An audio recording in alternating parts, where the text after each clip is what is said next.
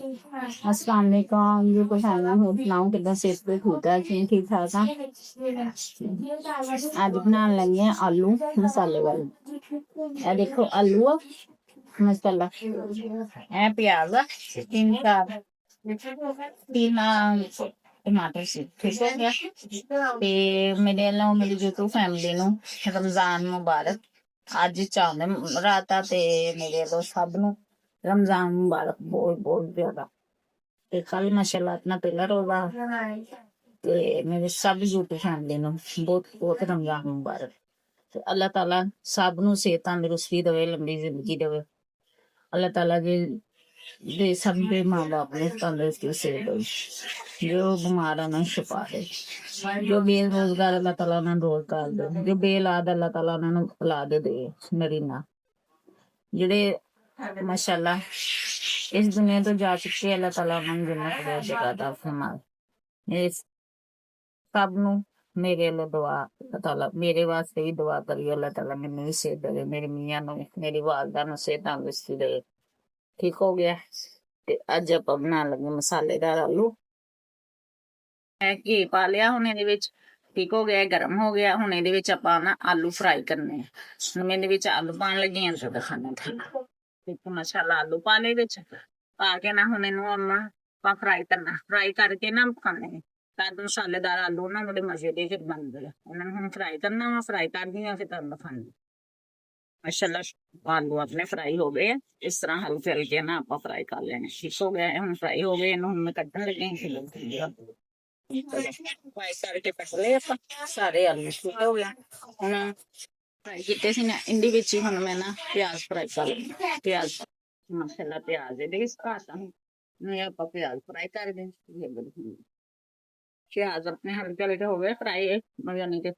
brown हो गए हुण इहदे विच ना अदरक लहसुन हरियां मिर्चां दा पेस्ट पा देना लहसुन हरियां मिर्चां दा पेस्ट आ नाल ही ना इहदे विच मैं गरम मसाला एक चम्मच कुट लिया सुक्का सुक्का धनिया एक चम्मच ठीक हो गया और मैं ना अदरक लहसुन दे नाल ही कुंडी वड्डे च पा दा आ देखो अदरक लहसुन का पेस्ट जिहड़ा सी वो पा गया वो भी थोड़ा जिहा फ्राई हो गया ठीक हो गया हुण इहदे विच ना टमाटर पा दिए टमाटर पा के कर दूं चंगी तरीके नाल करके तो टमाटर पा के ना इन्हां नूं जरा कर लिया हिला लिया हुण इहदे विच हल्का जिहा आपां पानी दा छिड़का लाने ते लूण मिर्च पाने हल्का जिहा पानी ला लिया आपां हुण इहदे विच आपां नमक लाल मिर्च ते हल्दी पाती मैं अपने हिसाब नाल लूण मिर्च पा रही हूं तुसीं अपने हिसाब नाल पा लेनी हुण इहनूं मिक्स कर दे 5 मिनट इहनूं भुन्नदे आ भुन्न के फिर देखो आ देखो जी माशाल्लाह मसाला अपना तैयार हो गया देखो मसाला कितना प्यारा हुण इहदे विच ना आपां जिहड़े आलू फ्राई कीते सी ना ओह विच पा देने माशाल्लाह जिहड़े आलू आपां फ्राई कीते सी हम मसाले च पाते हुण इहनूं मिक्स कर देने हुण जिहड़े आलू फ्राई कीते सी मसाले च आपां मसालेदार आलू अपने देखो माशाल्लाह हुण इहनूं 2 मिनट सिर्फ आपां हिलाना इस तो हल्की अग ते